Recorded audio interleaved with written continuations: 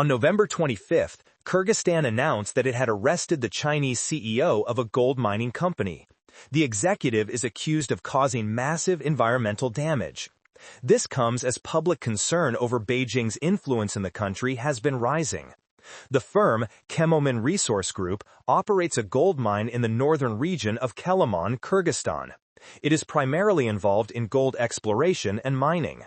The company faces accusations of activities causing water pollution, threatening tourism, including the destruction of over 14,000 square meters of land, violating technical designs and permit terms, repeatedly breaking industrial safety laws, and providing false data to authorities.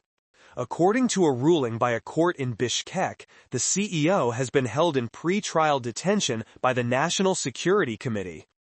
Chemomin Resource Group's project is a key part of China-Kyrgyzstan mining cooperation under the Belt and Road Initiative. Since the start of the BRI in 2013, China has become Kyrgyzstan's largest trading partner and source of direct foreign investment. This incident occurred amid rising anti-China sentiments in Central Asia. Previously, there had been violent conflicts between local residents and Chinese laborers, with nationalist groups launching raids to identify and expel illegal Chinese migrants. On November 15, 2025, a large-scale brawl took place at a construction site in the Tru region of Kyrgyzstan involving dozens of Chinese and Kyrgyz workers. The clash was sparked by Chinese workers earning 2 to 3 times the wages of local workers. The incident quickly spread on social media. Many posts accused Chinese firms of taking jobs, polluting the environment, and linked the CEO's arrest on November 21st with a growing wave of opposition to China's Belt and Road projects. Observers noted that discussions on this topic topped 100,000 posts within 24 hours, with some calling for a boycott of Chinese-funded projects. This has not only fueled local resentment and social unrest, but damaged China's image, leading to tighter visa restrictions and increased resistance to investment. On November 18th, a blogger based in Kyrgyzstan revealed, "Today, 600 visa applications were rejected in Kazakhstan. I know this figure because 3 of my well-connected friends tried to obtain visas here, and all 3 were turned down. I asked the local visa office why, especially since the companies had already issued invitation letters." The visa officer replied, "It is not just your 3 friends. Today alone, 600 people were rejected." On November 25th, the blogger Yuga highlighted negative events involving Chinese nationals in Kyrgyzstan, ranging from labor disputes to social scandals. He criticized the lack of discipline among Chinese people, noting another Chinese boss was arrested in Kazakhstan. The Kazakhstan National Security Committee, formerly the KGB, directly detained the CEO of a Chinese firm operating a mine in Kazakhstan. In recent months, there have been far too many negative headlines about Chinese people in Kazakhstan. It began with a Chinese truck driver dispute, followed by an incident where Chinese nationals assaulted a local woman. Recently, a 37-year-old woman died under mysterious circumstances involving 2 Chinese men. Every single incident seems to link back to us Chinese. These are no longer isolated or accidental cases. It is about Chinese business owners exporting their domestic style abroad, rushing to get things done, cutting corners, and failing to comply with regulations. But when you go abroad, things are different. You cannot use those same methods in another country. Now, these nations are learning from Europe. They demand taxes, environmental protection, regulations, and professional foreign trade experts, not these wild tactics. That is exactly why it has become so difficult to secure a visa for Kazakhstan. Recently in Kyrgyzstan, the Chinese business community has been active with around 30,000 to 40,000 people, mainly concentrated in Bishkek and Osh. Now, local Chinese are very nervous. One blogger stated, "The police are starting to arrest Chinese people again." He added, "Hello, I am in Bishkek, the capital of Kyrgyzstan, working in Chinese car exports." This is known as the Korean town of Bishkek, a massive car sales hub where most shops are run by Chinese people. Business is typically normal, but starting last week, police suddenly raided the market. It does not matter if you have a visa or not. If you are Chinese, they take you. Even those with work permits are hauled to the station and forced to wait hours for release. Some simply can't wait, so they pay $1,500 to cut the line and get released. Police have already come twice this week. As soon as officers arrive, everyone panics and scatters. The Kyrgyz Republic is a landlocked nation in Central Asia, bordering Kazakhstan to the north, Uzbekistan to the west, Tajikistan to the southwest, and China's Xinjiang region to the east. This predominantly Muslim nation has a population of just over 6 million. It possesses abundant mineral resources, including gold, silver, copper, lead, zinc, and other metals. In recent years, as global demand for rare metals has surged, Kyrgyzstan's mining industry has emerged as a major focal point for international investors. Anti-China sentiment across Central Asia is spreading, and Kazakhstan has become one of the region's most critical voices. Demonstrations against Beijing have been ongoing there. On November 14, 2025, a rare protest erupted in Kazakhstan, resulting in arrests and criminal inquiries. The unrest stemmed from the disappearance of Kazakh citizen Alamur Turanbay, who went missing after entering Xinjiang on July 23. Allegedly, Chinese authorities detained him over document issues. Protesters in Almaty and Nur-Sultan burned Chinese flags and portraits of General Secretary Xi Jinping. Dozens participated in the act. Police quickly intervened, arresting 12 individuals and fining 6 others, accusing them of inciting ethnic hatred. This case is viewed as an extension of Beijing's cross-border repression. Kazakhstan is home to about 500,000 ethnic Kazakhs from Xinjiang.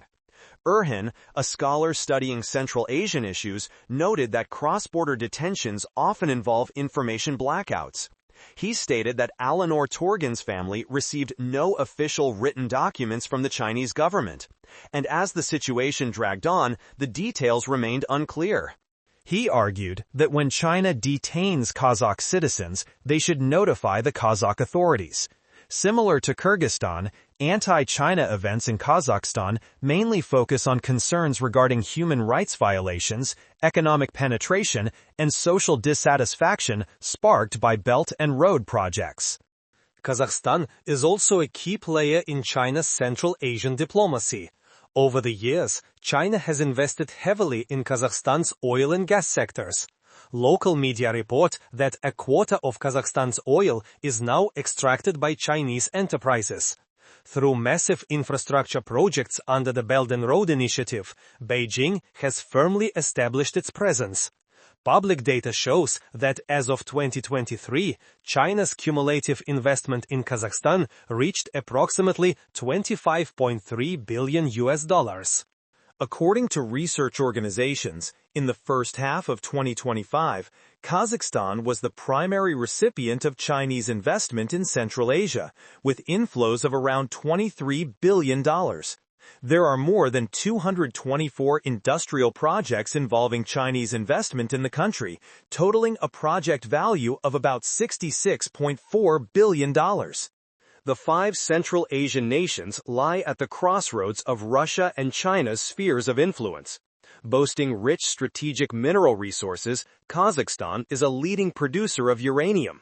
Uzbekistan is abundant in gold, and Turkmenistan possesses some of the largest natural gas reserves globally. As countries compete to secure critical mineral supplies, Washington acknowledges that Central Asia has become crucial in this global competition. On November 6, 2025, the White House hosted a high-profile gathering. President Trump held an unprecedented meeting with the leaders of Kazakhstan, Kyrgyzstan, Uzbekistan, Tajikistan, and Turkmenistan, who all visited together. For the United States, the priority of strengthening relations with these 5 Central Asian nations was reflected in Trump's remarks before dining with the visiting presidents. He touted the strengthening economic partnerships and military cooperation between the nations. The U.S. president candidly stated that the most critical topic in their plans is strategic minerals, emphasizing that these countries hold huge importance and incredible potential. At the summit, Kazakh President Kassym-Jomart Tokayev remarked that this event marks the beginning of a new era of cooperation between Central Asia and the United States. President Tokayev stated that the United States is Kazakhstan's largest investor, with over $100 billion poured into the country's economy. During this visit, businesses from both nations signed cooperation agreements worth more than $17 billion.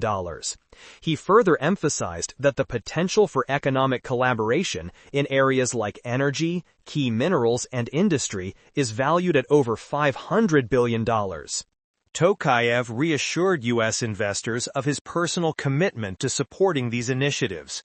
Kyrgyz President Sadir Japarov stated that Kyrgyzstan highly values this important diplomatic relationship with Washington. He hopes to expand trade relations with the U.S. and attract American investments. He also mentioned that in 2024, Kyrgyz IT experts exported about $130 million worth of services to over 63 countries, with 40% of those exports going to the United States. He firmly believes that the meeting will inject new momentum into strengthening multidimensional partnerships between Central Asian countries and the U.S.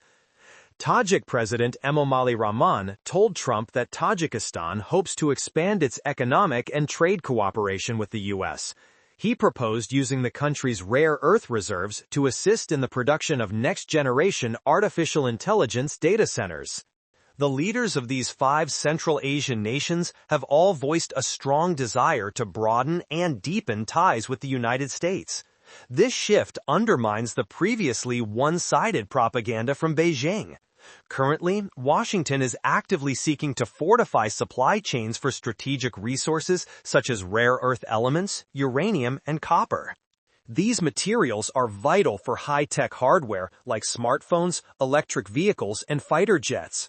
Bolstering economic bonds with Central Asia could slash America's dependence on Chinese and Russian supply chains. Currently, China dominates the sector, controlling about 70% of global rare earth mining and over 90% of processing capacity. Trump stated that the U.S. has launched an emergency action plan with allies to build independent supply chains, safeguarding industrial and national defense security. He predicted that within 18 months, America would end its dependence on China for rare earths and critical minerals. The president emphasized that Beijing's ability to threaten the U.S. and its allies by dominating these sectors will soon disappear. At the Central Asian Summit held at the White House, commercial commitments exceeding $130 billion were secured, including mining cooperation and aviation deals.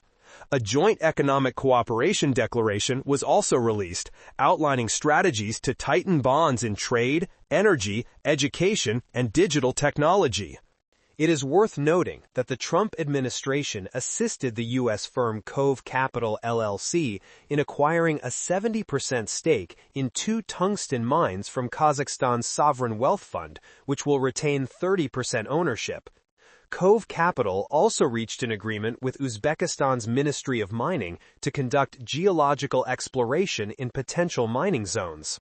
China had hoped that controlling rare earths would be a trump card, but that strategy seems to be losing its effectiveness. Meanwhile, Central Asia, a region China once thought it had secured, is now facing unexpected shifts. How Beijing will respond remains a key point to watch. It is known that from November 19th to 22nd, Wang Yi, a member of the Politburo Standing Committee and foreign minister, visited Kyrgyzstan, Uzbekistan, and Tajikistan. He engaged in strategic dialogues and met with leaders from the 3 nations. China's Belt and Road Initiative faces accusations of exporting corruption rather than prosperity.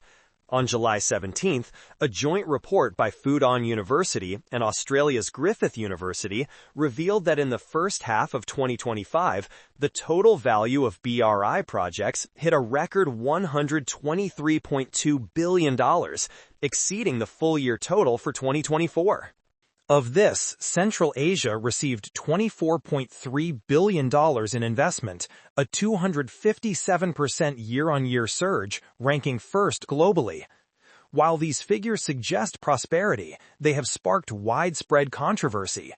Critics argue these massive funds often lack rigorous risk assessments. Chonin Mo, head of diplomacy at Taiwan's Tamkang University, stated that many Chinese-promoted projects in Central Asia are flashy but impractical and expensive to maintain. For instance, certain road and mining projects carry high upkeep costs without significantly boosting local jobs or economic self-sufficiency. More seriously, these initiatives tend to breed a culture of graft. Close cooperation between Chinese firms and local officials often bypasses public bidding, leading to murky financial flows where bribery and kickbacks become the norm. A Transparency International report reveals that at least 35% of Belt and Road projects are linked to corruption allegations. In nations like Kyrgyzstan and Tajikistan, debt levels have surpassed 40% of GDP, making the risk of a debt trap increasingly apparent. Comments from economist Wang Xiaolu in July 2025 further deepened these concerns. He warned that China is far from being a developed nation, with 700 million people earning less than 2,600 yuan a month, only half of Portugal's per capita GDP. Notably, Portugal has the lowest per capita GDP among developed countries. Meanwhile, Beijing is pouring $4 to $8 trillion into the Belt and Road Initiative.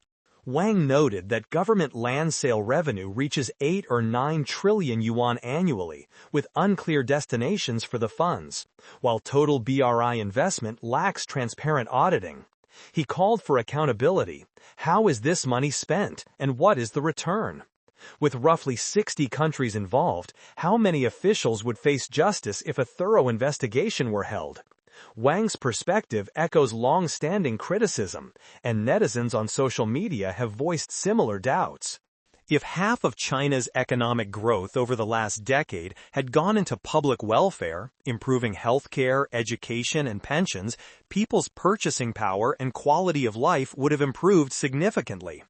But now the national treasury is drained, prompting plans to tighten the budget. What is the point of our work? Is it just to support corrupt officials who compete with the people for resources? Many Belt and Road projects were pushed into action for geopolitical reasons, such as gas pipelines and gold mining in Central Asia. The promised economic returns were often overestimated, saddling host countries with heavy debt. To prevent defaults, Beijing has had to inject more funds for restructuring, further depleting national resources. Now the initiative is becoming not only a financial black hole, but also a graveyard for social trust.